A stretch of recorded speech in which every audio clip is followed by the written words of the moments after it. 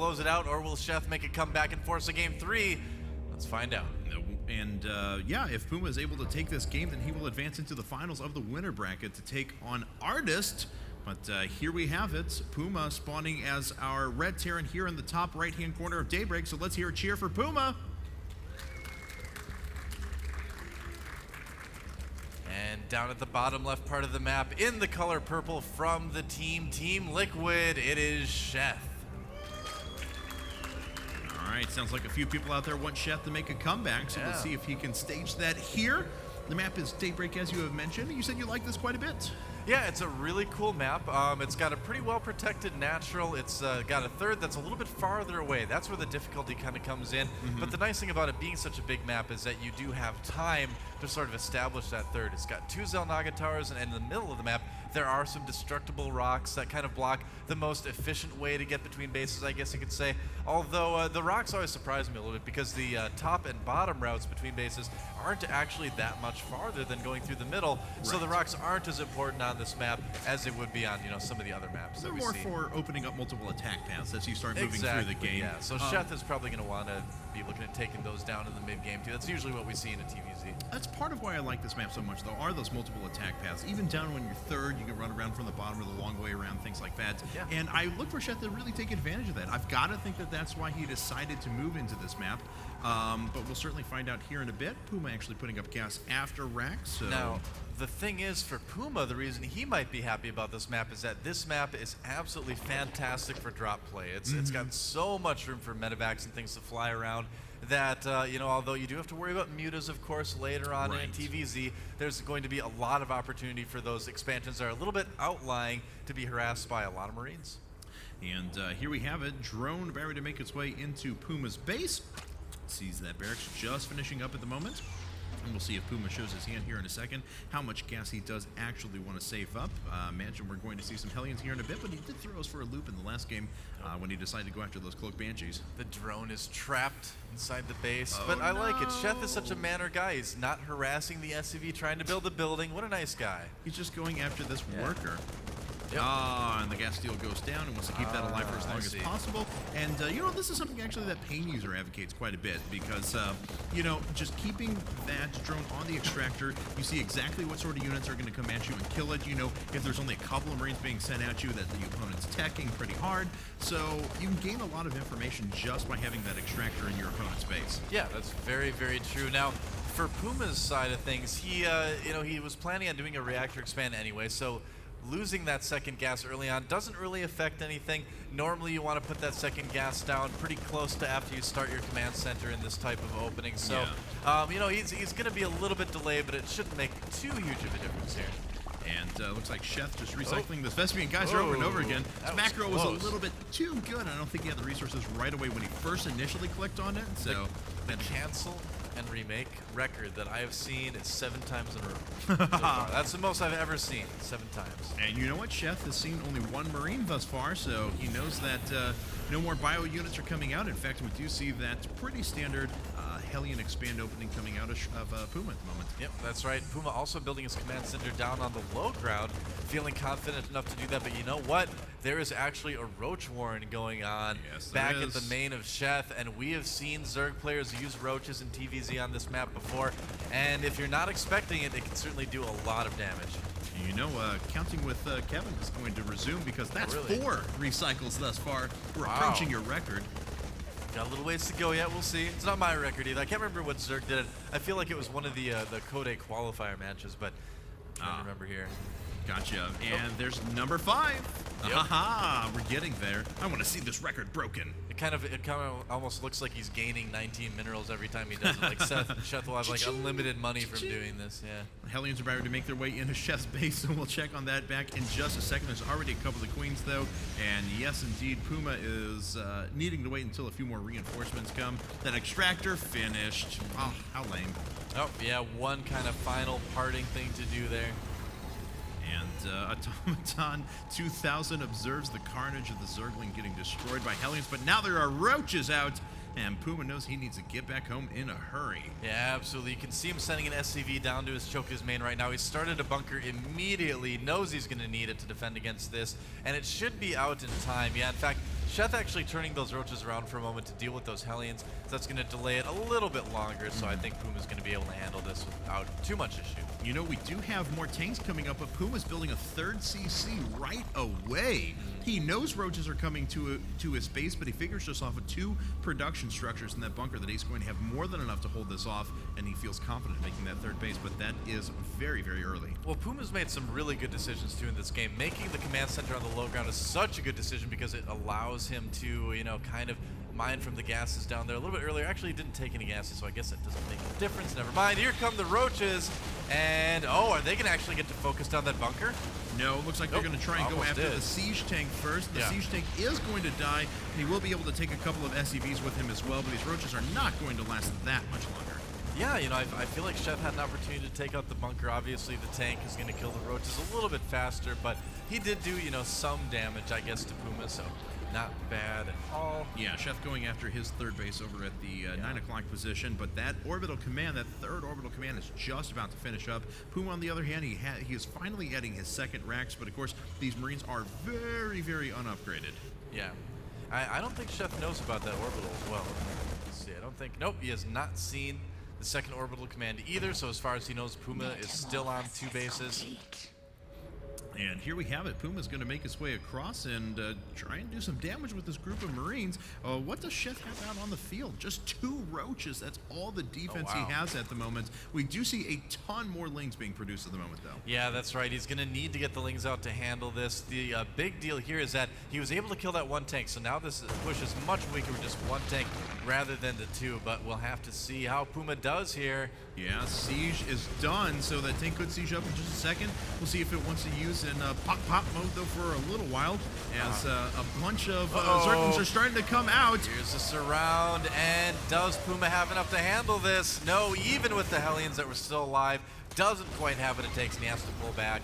You can really see, though, what the big advantage of keeping those Hellions alive is, though. A lot of Terran players will just kind of suicide them in to try to kill drones, but if you have them for that push, the Zerglings become so much less effective. Sheth barely had enough there. And Sheth going to lose just 1 drone, actually, cleaning up the rest of the Hellions, so he's up by 26 supply now. However, what Puma has going for him is this third base. This is very early for this to be down, so Puma should be able to macro himself back onto decent even footing, especially if he's able to defend those choke points with siege tanks right away, as he does have his tech is in a pretty good spot. Yep, and look at this, is Zergling for Sheth running right into the third of Puma. Puma gets annihilated by a siege tank, but the fact that the tank is there and the fact that it got that far tells Puma, or tells Sheth rather, that Puma does have that third. So nice bit of scouting there by Sheth. He's always, that's what I love about watching Sheth, is it doesn't seem like he really gets caught unawares very often. We did see him get caught a little bit off guard by those Banshees, but that's a rare occurrence for him. But he spotted that third and immediately threw up a 4th of his own. So in the top left-hand corner, we have another hatchery, so we'll be on 4 base plus macro hatch. Yeah, exactly. And so his production's going to be great, and we're actually going to see what appears to be a pretty intense macro game on Daybreak. Yeah, I believe so. It wouldn't be a surprise at all. Puma doing a really good job of holding that third in a very simple, elegant way. Just 1 siege tank, 1 bunker. That's really all you need to protect against those kind of early game Zergling run-bys. So until the mutas come out, that third is going to be plenty secure. Yeah, certainly. And let's see, another command center is about ready to hit for Puma. So he's going up to 4 bases as well. And both players are just in outright produce as many units as you possibly can mode. It's a macro game. Yep, this is basically the definition. There it is. So 41 lings and 8 roaches out now for Sheth. He's adding another 32 lings, however, and he is going to finish up 1-1 here in a bit. Yeah, a lot of barracks out for EG Puma right now, starting to produce some Vikings, actually. What I'm really curious with Puma is if he's going to kind of sit back, be defensive, and try to move out in big armies, or if he's going to start making some medevacs and start trying to drop kind of the outlying bases of Sheth. I mean, if you look around the minimap, there's a lot of distance between those bases. They're not connected by creep. That's what makes dropping so appealing on this map. And yeah, I'm curious what comes out of the starport next from Puma, because if he continues to commit over to these Vikings, it seems like an interesting choice to me. Okay, there we go, medevac's coming out now. So these Vikings are just going to be sent across to pick off a couple of rogue overlords. They will do an effective job of that, but at the same time, Sheth is going to make his way over to the third base of Puma. He's sending a lot of units there. Yep, he's going to give it a try here, and there's some siege tanks behind the wall. He's sent a link up there to check there. Is he going to go for it? He is indeed, running right through the gap that's around the tanks, and Sheth is going to be able to do a decent amount of damage. But here come the Marines for EG Puma. Yeah, but to help some SCVs though. But the tanks have fallen. He's done a lot of work. Good hold position micro with the Zerglings in the middle line as well to knock out a lot of units. He still does have a supply advantage. I was just going to that tab there. As we see, 8 workers were killed overall, but to Puma's credit, Sheth did lose quite a few units there. Yeah. Now, Puma's trying to move out his 4th at the moment. It's getting blocked by units there. But here's where things can be kind of difficult. The 4th is very difficult to hold in this situation. Oh, and he's actually just going to run right at the 3rd again. Yeah, Puma actually had to stim one more time. Combat shields are not finished yet, so these are pretty low HP Marines, just on 25. Now 15 health for a lot of those. Wow. The Zerglings run by, pull a ton of units out of position. A bunch of them are torn up with these 2 siege tanks, but he takes out 2 of them out of position. The siege tanks shooting each other there. In the meantime, there is a drop at the top base for Liquid Sheth. Some Lings getting taken out there as they spawn, and a lot of these drones are going to die as well. Yeah, certainly. It looks like, are these enough Lings? Yeah, the last couple of Marines are going to go down. That drop is finally cleaned up, and I've got to say, Sheth is playing very, very well in this game, especially with that early economic advantage that Puma had taken with that undetected 3rd sitting up there for so long. So Sheth is certainly playing himself right into this and is making a very impressive performance here. Yeah, both these guys actually are playing this really, really well. The supplies are nearly even here. We actually see Puma being the one to break down the rocks in the middle of the map here. He wants to get some good positioning with his siege tanks and his Marines, kind of control the middle of the map. And will Sheth be able to defend this push, or will Puma just pull back to his 4th? Looks like he might just do that and wait until he maxes out, gets a couple more upgrades, and then move out. Baneling speed just finished. I love watching that moment when Banelings go from crawling to rolling as they learn, like, hey, this is a lot faster. That's right. It's like when you get to kindergarten, they teach you how to do a somersault, you know? But these Banelings have advanced past kindergarten. There we have it, and they're going to make a big flank attack here in just a second. Planetary Fortress is up, but there are so many units here. Not a lot of medevac cover as well. A couple of those have been used for drops, and looks like, speaking of that, a big drop coming through the 12 o'clock position. However, all of these Marines have actually taken quite a bit of damage, most of those just on 35 health. Yeah, no kidding. I mean, the stims from EG Puma really damaged all those Marines more than anything else. Oh, the Muta's taking out the Vikings at the bottom, but here comes a drop at the top of the map. Oh, Banelings already clearing up a lot of those Marines, and that's going to allow Sheth the luxury of sending up just a few Lings to take out the rest of these units. Yes, a few drones will go down, but Sheth did a pretty good job mitigating that damage. Now, if you look at the production queue right now, Sheth is moving into what's become his typical TVZ style. Oh, another drop at the 3rd base of Sheth right now, actually. At the same time, though, Sheth is actually killing a ton of SCVs with Mutilus over at Puma's 3rd. Yeah, wow. These players really trading a lot of blows this game. It's becoming a bit of a slap fight right now. But when the dust clears, I mean, both of them kind of end up about even. I mean, Sheth is going for that pretty fast hive. Another drop here from Puma trying to do some damage. And I think we're going to see those adrenal gland upgrades pretty soon from Sheth as well. Yep, and it looks like this medevac is going to go down. One more shot. There goes. All right. A few Marines are caught in that as well. And Puma loading up yet another drop, so his multitasking is not done yet, but he is starting to impose his will in the middle of the map, moving up with a lot of siege tanks. Yeah, if he can prevent this 3rd from Sheth from really getting any traction, that'll be a huge, huge deal. In the meantime, some Mutas coming into the planetary. You know what? There are no turrets there. He's going to need some Marines, and he does bring them. Yeah, but it looks like Sheth, is he going to have enough, actually? Oh, I thought he was going to have know. plenty enough, but it's actually going to be a lot closer than I had anticipated. No, he's distracted because he just lost his 5th base. Yes. And Puma is starting to look pretty strong here. I mean, an even supply. TVZs, generally that does favor the Terran player. At the top base of Sheth, another drop from EG Puma, doing some more damage. Hardly any drones there even anymore. Oh, saves a couple of the Marines. And drop finally does get cleaned up, and these are just very upgraded Zerglings at the moment. For this Bioforce, these Marines are now on 1-2, about to finish, +3 weapons. We have some Banelings about to hit, but Puma is deciding to just go for it, seizing up all of his tanks. All those Zerglings were caught in a choke and died very quickly. Yeah, really good positioning from Puma right now, but are there enough Banelings to break it? There may be. Oh, nice Marine splitting by Puma, just not quite enough.